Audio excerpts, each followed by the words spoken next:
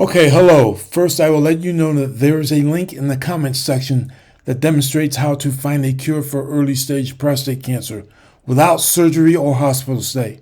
Technology that has been in use for decades, and I was cured using that same technology in 2007. Now, I suspect that the country is about to get so trumped up.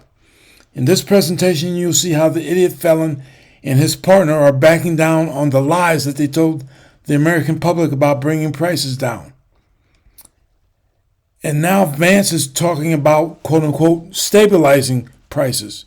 But remember, there's a brief delay in the indicators, in the economic indicators.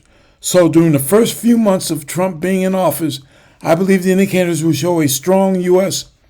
economy because of Biden policies being in full effect. And that will be the condition that Trump will inherit. There's little doubt that the idiot will attempt to claim the credit when he has done nothing. If you look up unemployment rates during different presidents' terms, you will see that during Obama's first term, you will see that while he was president, unemployment was very high, 10%. That was during his first few months. Because when he first assumed the office of president, the unemployment rate was on a strong upswing, 10% and above, before he took office. But after his presidency, unemployment was steeply diving down. And that was the conditions that Trump inherited. And all he had to do was not touch anything, just go to sleep and shut the hell up during the first few months. But during the first few months of Trump's first term, there were good conditions. But he managed to screw it up. Please watch the rest of this video. J.D. Vance's voice. I don't know why, but you can find it.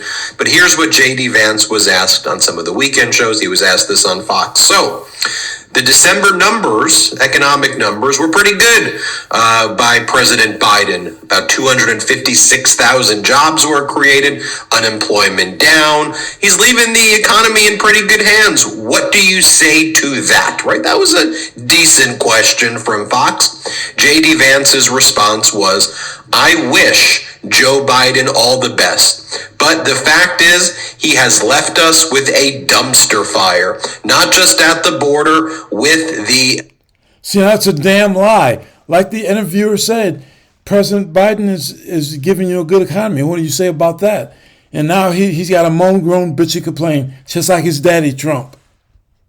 Economy. And as you go on to play the clip, what J.D. Vance says is, look, what we really need to focus on is stabilizing things, stabilizing inflation, keeping things very stable at this. Now, all they got to do is shut the hell up and go to sleep and things will stay stable because Biden's policies are in effect now, and he let those policies remain in effect for a while, leave it alone, and things will stabilize. Because it is a dumpster fire. Excuse me? It's actually not a dumpster fire. America's GDP is essentially leading the world. President Biden's created about 16.6 million jobs. When President Biden was running things, our stock market was up about 55 to 60% than when Trump was in office. We have a record low unemployment. There was never a month where we lost jobs when President Biden was in charge. 40,000 plus infrastructure projects going up around the country. And the Inflation Reduction Act allowed there to be lower inflation in the United States than essentially any other wealthy country in the world. As James Surowiecki says, the telling moment of this interview with J.D. Vance is when he's talking about inflation, and he says they're going to work to, quote, stabilize prices for Americans.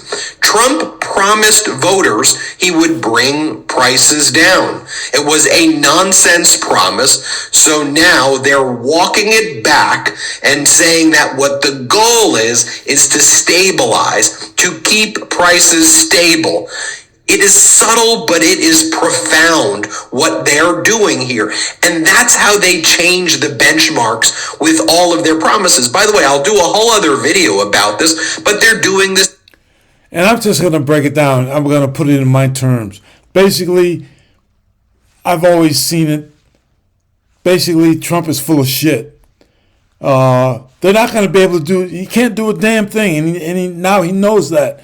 I remember while he was running for re-election, he was talking about, I'm going to bring prices down. I'm going to do it very quickly. You'll see it. And he made a promise. It was like, you'll see it's going to happen very quickly. I'm going to have to do it very, very quickly.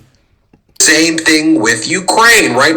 Donald Trump had his national security advisor, soon to be Mike Walls, go on and do the shows. And he was asked, so you said there was going to be a peace deal in Ukraine before Donald Trump took office. That's not going to happen. What about 24 hours after inauguration? To which Donald Trump's future NSA advisor, Mike Walls, says, well, we want to bridge the framework right away, and then the conditions can be there for a ceasefire, and then we can make a deal. That's not what you said. So enough of this WMD crap, weapon of mass distraction.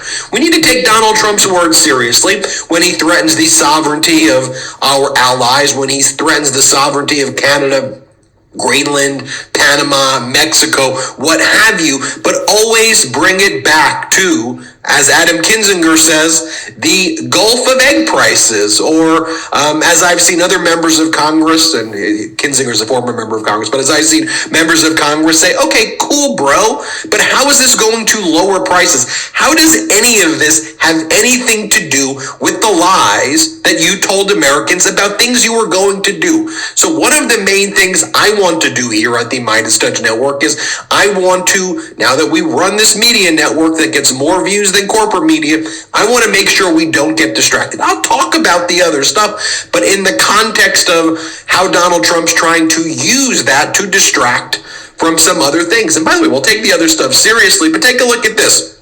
From Carl Quintanilla, business reporter, great reporter actually at CNBC.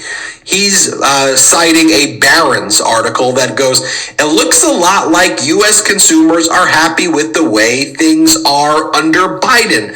And so were the markets. The only one who doesn't seem to be happy with the way things actually are is Donald Trump. And the headline from Barron's is, Trump will inherit a booming economy. Why change it? Here's the... Yes, he's going to inherit a good economy.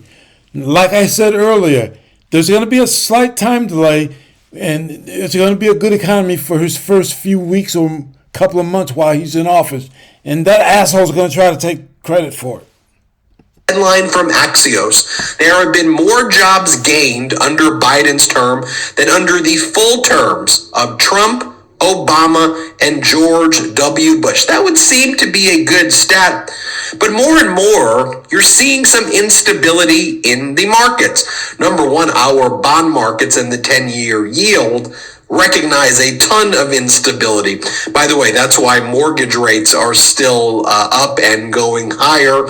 And that's why you're seeing these shifts in the bond market taking place. But even on a day-to-day basis, right? Remember when Donald Trump went and showed up at the New York Stock Exchange and he was asked that question by not so good of a reporter from CNBC? I would call him a business propagandist, Jim Cramer, who said, so Donald, what's your message to the American workers? Should the American workers invest in the market? That's called a softball of a softball question. You would think Donald Trump would say, yeah, I have faith in the markets. Workers need to invest in the markets. Donald Trump says, I don't know, I'm worried about the dip.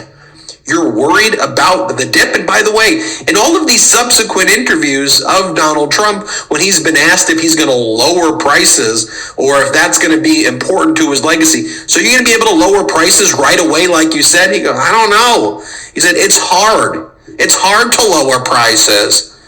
It's hard to lower prices.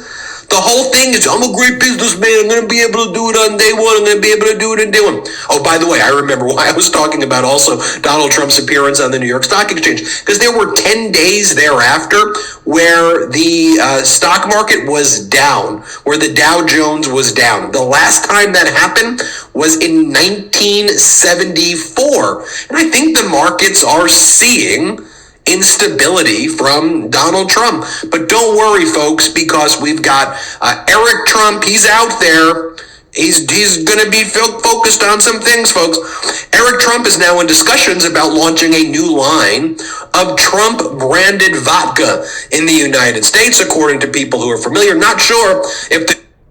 Now, vodka, this is just another example of how Trump is just greedy as hell and in it to fill his pockets. He's not in it for the people. It was great to have a president that genuinely worked for all Americans and actually worked on behalf of the American people and the country. That was nice. And it's a damn shame. Like I said, this country is about to get all trumped up.